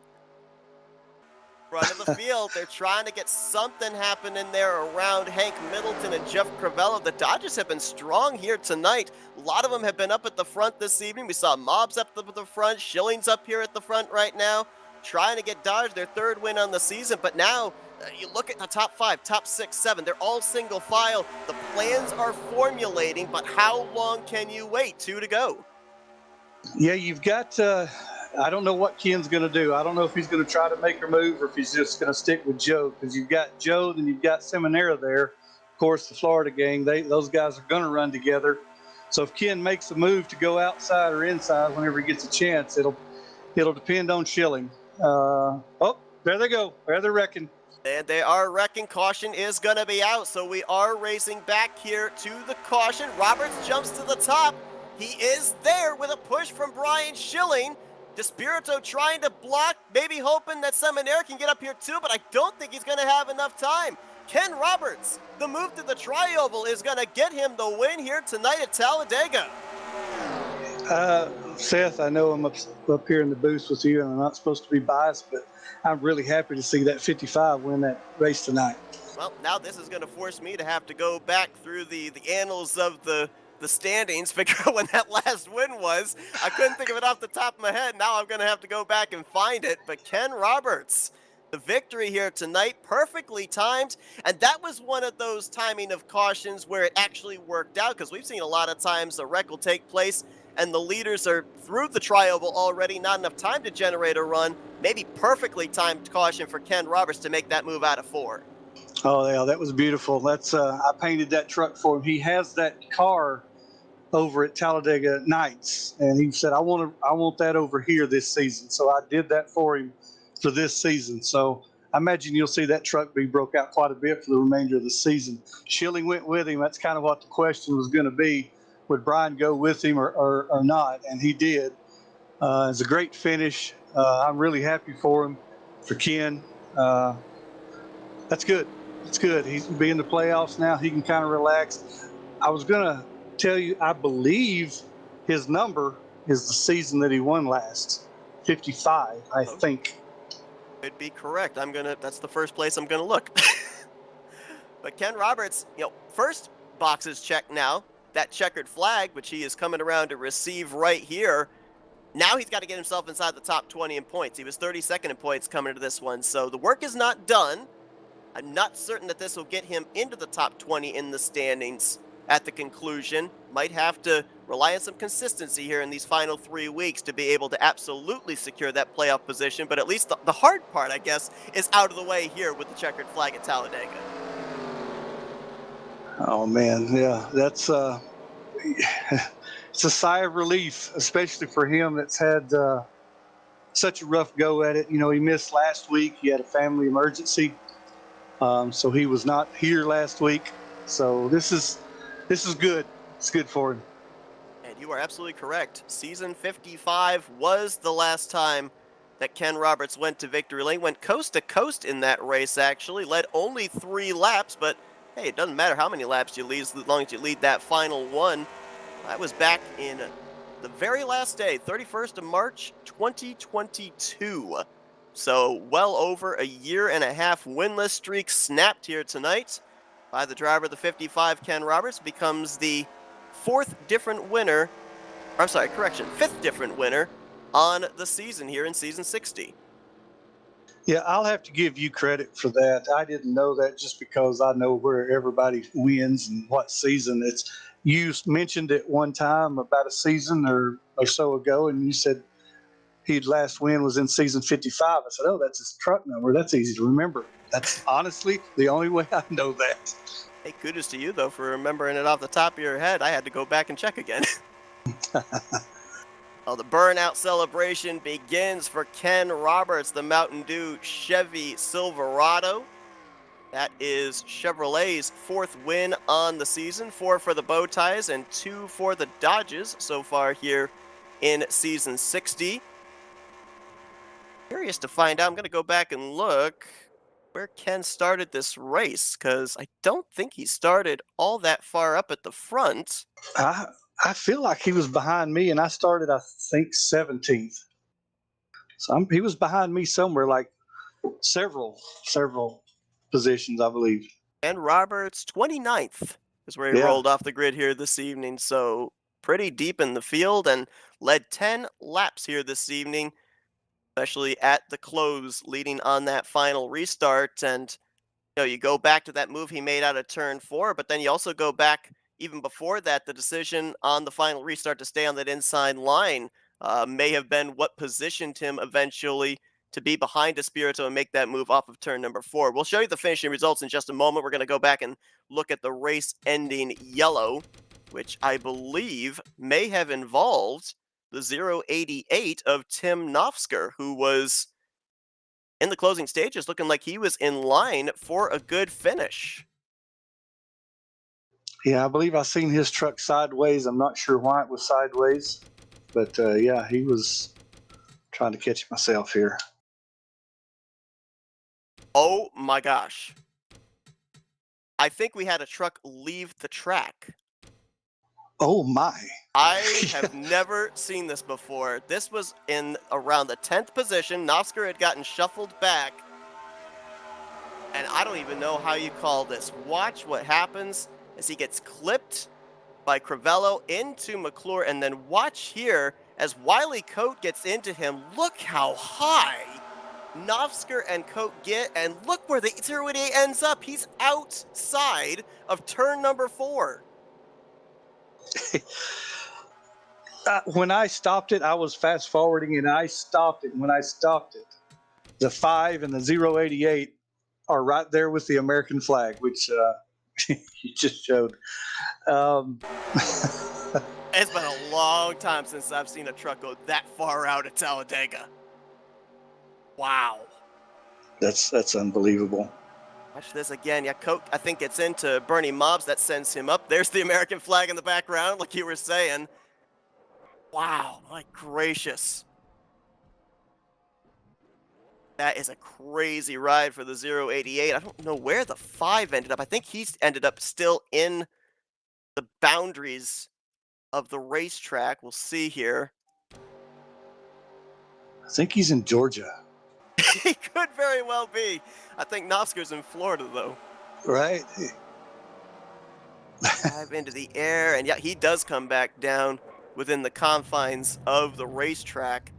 Got McClure in the 17 collected up in that one as well. Gracious. I can honestly say I've never seen anybody leave the track at Talladega.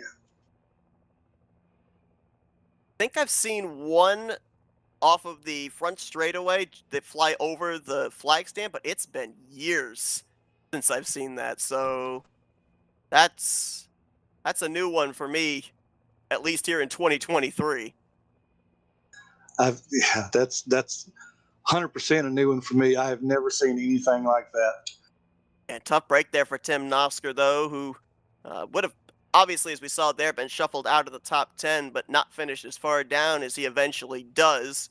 He did not complete the final 2 laps, obviously, was not able to get back onto the racetrack after that wild ride, so he finishes in 28th position. But if you look at the finishing results, Ken Roberts with the victory. We'll wait and see if the point stands get updated where his new positioning will be heading into next week. Joe DeSpirito, obviously, with his runner-up finish, he'll be the official points leader. There'll be no tie, at least that we know of, going into next week. Brian Schilling, after his second victory on the season last week, another podium finish for him as he's third. Bob Seminara and Josh Metallic going to complete the top 5. 39 fought all night long. Was able to break into the top 5 late. Richard Martin there, good run for him in 6th. Hank Middleton in 7th. Terry Bombard, he was involved in a couple of cautions, though he didn't get much damage in either of them, and he battled back for an 8th place. Good race tonight for Jeff Crivello. Ended up leading a total of 8 laps tonight after starting on the pole. Kept himself up in the top 10 pretty much the entire evening, and solid 9th place for him. And Jeremy Jeffries, after we saw his wild blowover on the back straightaway about midway through this race, battles back to put it in the top 10 and 10th. A couple of other drivers here that had some damage were able to battle back for decent finishes. JT Mayhew in 11th, Glenn Harris in 19th, Craig Hagley in 21st. I know that they may not seem like super flashy numbers, but certainly better than what could have been. And a couple of drivers that were up at the front late that kind of got shuffled back. Bernie Mobbs, Greg Palmer, Jessica Shelton there, 13th through 15th. They were in line for top 10s, but got ganged up on, got shuffled up to the top side, and fell outside of the top 10 in the final finishing results. And there you see below Nofsker, the drivers that did not reach the conclusion. 7 drivers in total, including the guy we have up here in the booth, Rodney Summers. But again, as you said, having that win in the bank makes it a lot easier to suffer the DNF later on in the regular season. But what do you say, Rodney? Shall we dial up our podium finishers here tonight? Absolutely. Let's get them up here. All right. So we head into our FRN post-race wind down. Let's kick things off with the guy that we talked to in victory lane last week. 3rd place here tonight. Dial up Brian Schilling. Hey, Brian, Rodney, and Seth up here in the FRM booth. You got us? Yeah, what's up? Well, I'll tell you what. Again, another week in the conversation for the win. Third place there off of turn four, coming to the checkered flag. We saw you jump up there with the 55 of Ken Roberts, but you've got 2 wins in the bank. You're battling for the regular season championship. If you had the opportunity and that inside line was open, were you considering maybe ducking this forward down there 3 wide and trying to make it a 3 wide photo finish to the line? It crossed my mind for a second, but I just didn't. There's nobody behind me to even getting any momentum, so I was fairly content staying behind Ken there. Brian, did you have any? Was there any communication with Ken? Any chat, whisper, or anything to try to work together, or did you just say if he goes, I'm going? Yep. Well, it was more or less. I think he seen me starting to peek out. It was kind of just we both made the move at the same time. Just kind of read what we were both going to do there, so worked out well. Well, Brian, I got to ask you, momentum certainly on your side, continuing here. Next week, we go back to BSR, back to back victories there. So, what is the confidence level to maybe go 3 in a row? Because we saw Jeremy Jeffries do it 1 season ago, 3 straight victories at BSR. Yeah, I mean I'm feeling good. You know, hopefully can stay out of trouble. Unfortunately, luck's not always on that side. So, if I'm up there, I'll give it a good shot. But yeah, I'm feeling pretty confident here. Great run here tonight. Oh, I'm sorry, Ronnie. I didn't mean to cut you off. Go ahead.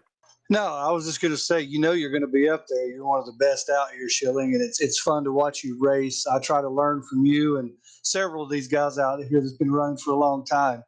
I look forward to trying to make sure you don't win next week at BSR. Much appreciated. Good job, man. Well, great run for you here tonight, Brian. I said good momentum going into a track you've won at twice so far this season at Burnt Screwdrivers Raceway next week. Going to be still up there in the thick of it for the overall point standings lead as well. 7 points looks like between you and Joe DeSpirito going into that one. So that's going to be a lot of fun to watch. Before we let you go, though, floor is yours for thank you, sponsors, and shout outs.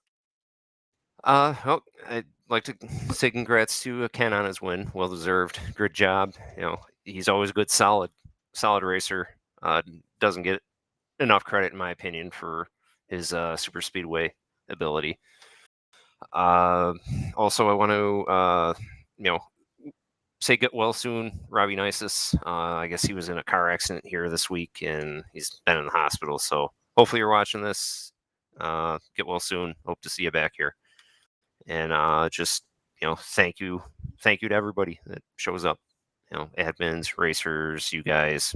So it's always a good show to watch. I always go back after and watch the race. Brian Schilling brings it home in the third position here tonight at Talladega Super Speedway after a wild finish. He'll look to again carry this momentum into next week down the home stretch of the regular season. Best of luck next week, Brian. Congrats on the good run tonight. Thank you.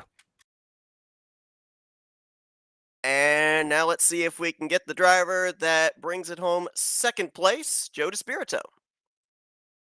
Hey, Joe, Rodney, and Seth up here in the FRM booth. Got a copy? Hey guys, I got you. How are you? Well, I'll tell you what, 2 weeks removed from tonight's race, kind of same scenario for you. Closing stages, leading at Talladega, but you had teammates behind you at that time. Here tonight, not certain what was going to be happening on that final lap, which eventually the caution comes out. The move made off of turn four. We saw you kind of try to move up there to defend. What little more could you have done? Did you need that 712 to get to you a little sooner, or was it basically at that point in time you knew that you were just trying to battle for that second spot? Yeah, I mean, I could have blocked them to the wall. I don't like doing that. Then there's a chance I get undercut. So I just did all I could to move them as high as possible, and hopefully I could get help low. And yeah, I just didn't have a lot of help. The 712 was coming, and he didn't have much help behind him. So yeah, I just battled for second. That was a good move by Ken, and he had help from Schilling and a few others. It was a good move, clean racing at the end, and yeah, I did all I could. I feel good about it. Joe's, yeah. I was telling it when we were coming down to the end there when that caution come out. We were just talking about, like Seth said, that Bob was behind 2 trucks behind you. Did you think when they pulled out, did you think you would have the 712 there in time to push you across, or were you kind of figuring, well, I'm a sitting duck if they pull out? Well, usually, I mean, sometimes it works out. It just really depends on the timing of the caution. I think if the caution came out later, um, it might have been better, or maybe earlier. I don't know. It was just bad timing, to where he couldn't get to me, to give me a good push right in the tri-oval there. So, yeah, there's not much else I could do. Like I said, good move on Ken, man. There were a couple of times I remember last season, I believe it was Brian Schilling that I would talk with when either he was throwing a block for a win or making a move for a win. And he was talking about at that point in time, he was battling for the regular season championship and he didn't want to put himself in jeopardy with an errant move, battling for a top spot that would then have him lose multiple spots if he was caught up in a wreck. Did that kind of play into tonight, the block that you made there off of turn four? You said like you would have liked to maybe been able to move him up a little bit more, but didn't want to cost yourself anything. You're leading the regular season point stands. You've got that victory. You're trying to get those maximum playoff points by the end of the regular season. Did that come into play in the defensive move off of turn four and not maybe overstepping just a little too much? Yeah, sure. That all comes into play when in your brain, even before the race, you're thinking how you're placed in the points and how you want to maintain a good uh, point standing position. But I don't want to call that move dirty, but I've seen people make that move to where they just block people all the way up to the wall, and then they have nowhere to go, and it either causes a wreck or it's just surprises people. And I did all I could. I gave him the outside lane, and I just didn't get the help. Sometimes when you don't have help behind you and you're the leader, you're just a sitting duck. I kind of figured that with 5 laps to go when I was coming down, looking at my F2, seeing who was behind me, and I knew Ken needed a win. Um, Talking to some of my guys, and I figured he'd pull out. And yeah, again, good move on him, man. I feel good about it. I did everything I could. Joe, great run. P2. I would love to swap positions with you tonight. You're one of the better ones out here. We all know that. You and several of the guys, as I told Schilling, I enjoy learning from you guys. I prefer learning from you on the track and not watching it from the booth, but it is what it is tonight. So great job. Congratulations. Perfect. I mean, wasn't much you could do, as you said, man. It was kind of a sitting duck out there. Thanks, Rodney. Yeah, I wish you were out there with us. I'm sorry that happened to you, bud. Appreciate it. Thanks, man. Oh, coming off that victory last week, a solid second place finish here. Or, I'm sorry, 2 weeks ago, I should say, that victory. A solid second place finish here, 2 weeks removed at Talladega. Continue to lead the points heading into Burt Screwdriver's Raceway next week as the end of the regular season continues to draw closer. Joe, before we let you go, the floor is yours for thank you, sponsors, and shout outs. Appreciate it. I want to thank RTG putting on a good series. Great series on Thursday night, the Tally Challenge. I want to thank you guys at FRN. Pretty cool having Rodney in the booth. Can't wait to go watch it afterwards. I want to thank Jason Scheck and 260 Motorsports for sponsoring us this season. I want to thank my teammates at Mobs Motors. My sponsor, Old City Fly Shop, oldcityflyshop.com, shipping anywhere in the U.S. Able Reels, and I want to thank everybody watching at home. My dad, Uncle Travis, my buddy Paul from Stewart Haas Racing, LC, Dan, and everybody at work watching. I appreciate it, guys. Thank you. Joe DeSpirito, second place here tonight at Talladega Super Speedway. 7 point advantage he will carry into next week for the points lead going into BSR. Congratulations on the great run. Best of luck next week. Thanks, guys. Have a good night.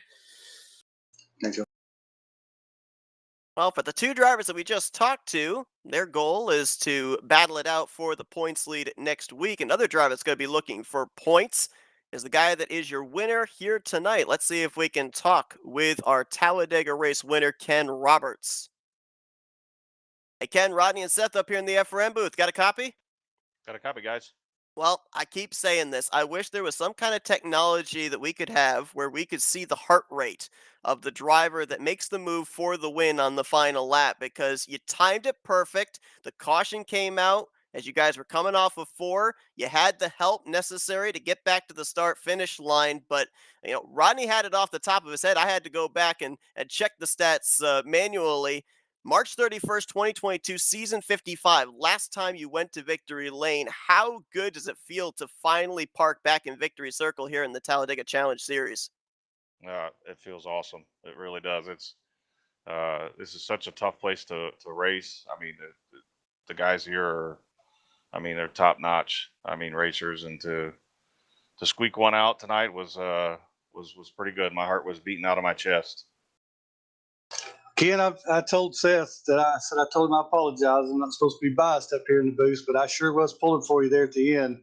And I was really, really happy to see you take that thing across start finish line first. That's really happy for you, dude. Did you know Schilling was going to go with you? I kind of asked him if y'all were talking back and forth, and he said no. And he said he was kind of moving out. Thought you kind of seen him. And where did you see him kind of hinting to go to the outside? And was that what kind of made you decide that you felt like he was going to go with you, maybe, or you just going to take a shot and whatever happens, happens? Well, honestly, Joe was kind of coming up off that bottom line a little bit, almost like inviting me to the bottom there. But I just kind of timed to run a little bit coming out of 3 and 4, and he had done the same thing to me a couple laps before. So I was like, well, I'm going to try the same thing, and I was hoping Schilling would go with me. And right as I started to move up, I seen Schilling moving up too, and I said, well, okay, he's going to go with me. And then the caution came out, so it timed out just right. But I was a little bit worried because I knew Bob was back there, and I wasn't sure how that was going to play out. But it worked out, and Schilling, shoved me across, and a big tip of the hat to him for that. So you can't do these things by yourself. So, but it was pretty exciting. So, Ken, obviously, this season has not been ideal at the beginning of the year. Multiple finishes outside of the top 20, top 25. Unfortunately, you missed last week, had to take the provisional.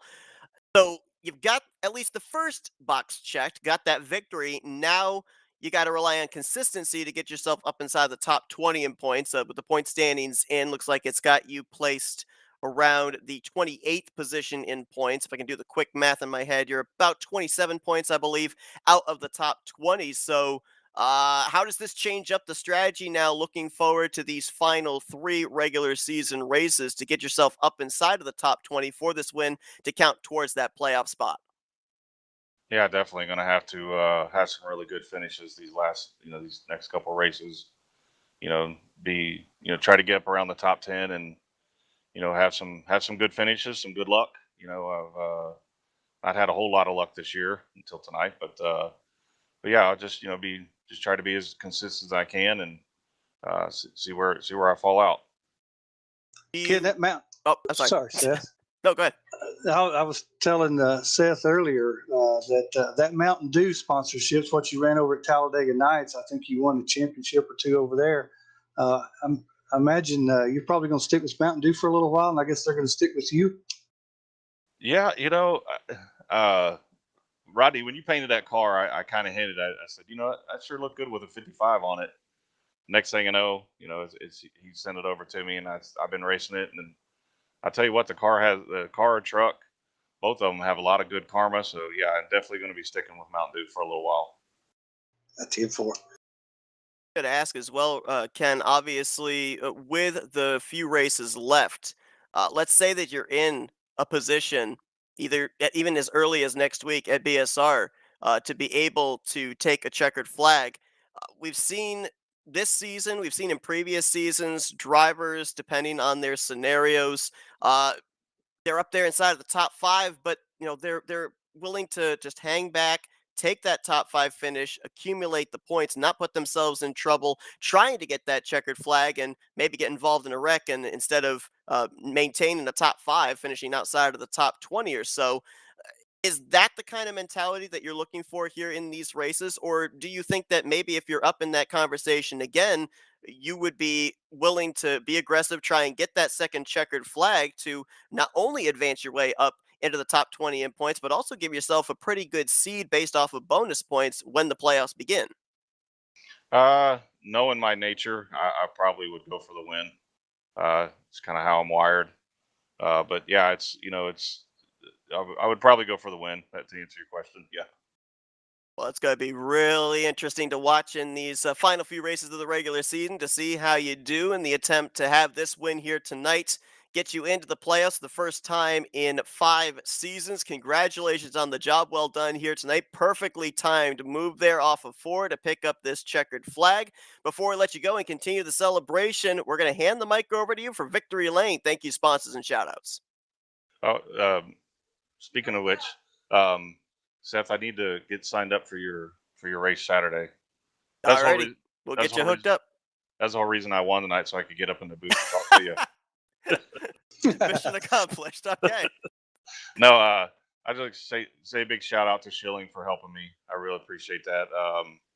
I've run with him a couple times, and we run good together. So appreciate that.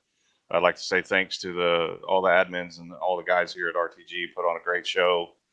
Thanks for you, Seth, for your broadcast. Love to watch them afterwards.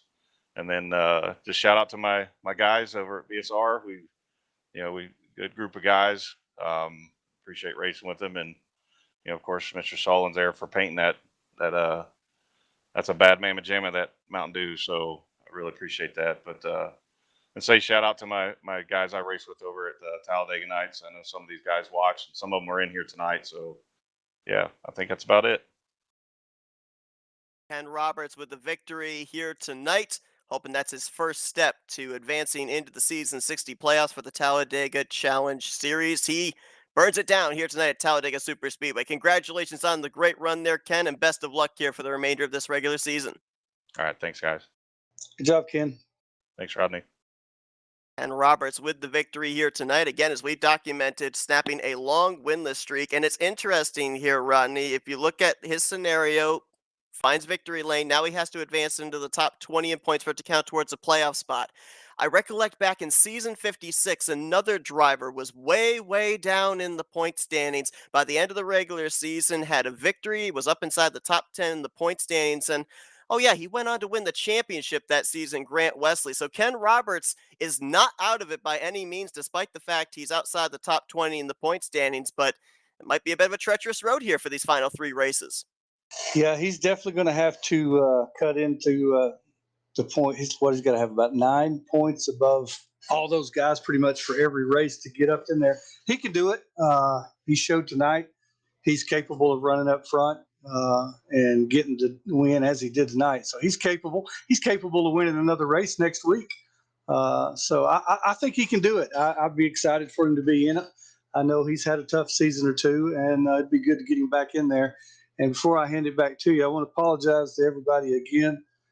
I had Whisper going on. I have 4 Whisper channels, and I didn't get a chance to mute them before I came up here. And so I apologize if I was totally off base with some things and stuff. I was trying to, between the engine sounds of the replay and the Whisper channel, Seth, I apologize if I was off in left field at times with you, but I certainly enjoyed doing this with you up here. I'd rather be racing, Right. Yep. but I do appreciate you bringing me in, and I enjoyed it. It's kind of fun. Yeah, like I said, the field's loss was our gain, and I don't mean this negative in any way, but hopefully this is the last time that we have you up here as a commentator in the booth. We'd like to see you out there finishing out these races, but really enjoyed having you up here in the booth here tonight, Rodney. Appreciate you taking the time to be able to come up here and to help me call this race and everything. It was a pleasure to have you, but next time let's have you in victory lane. That's what I'm talking about, Seth. I like your thinking, brother. Absolutely. Well, thanks to everybody that tuned into our coverage here tonight. Things are starting to get very interesting here with 3 races remaining in the regular season. Drivers making those last-minute moves to get a playoff spot. Ken Roberts, the latest of those, going to have a good points battle going into next week when we're back for the 4th time this season at Burnt Screwdrivers Raceway, a track that, Rodney, you're very familiar with. Won the first race this season at that very racetrack, so maybe able to get win number 2 there next week, and looking forward to that. Again, appreciate having you up here in the booth for this one, and best of luck next week. Seth, thanks a lot. Again, thanks for having me up here. You're phenomenal at what you do here at Flatout Racing Network. You guys, I say you tonight, great job. Actually looking forward to going back and watching tonight. Kind of probably going to hate to hear myself go left and right and all over the place, but when I could hear what I could hear at times. But I appreciate it. You're awesome at what you do. And hopefully, podium. I'd just be satisfied with a podium next week. How about that? Absolutely. We'll see if we can get it done. Once again, thanks to everybody to tune into our coverage here tonight. Hope you guys enjoyed it. Join us next Thursday night as we continue on the latter stages of the regular season here, season 60 of the RTG Talladega Challenge Series. But for Rodney Sullins, I'm Seth Cole. We'll see you guys next week as you've been watching another broadcast courtesy of FRN, the Flatout Racing Network. This broadcast is the copyrighted work of Flatout Racing Network and may not be rebroadcast, retranslated, or used in any form without the express written consent of Flatout Racing Network and iRacing.com Motorsports Simulations. Flatout Racing Network would like to thank you for your support, and we hope you enjoy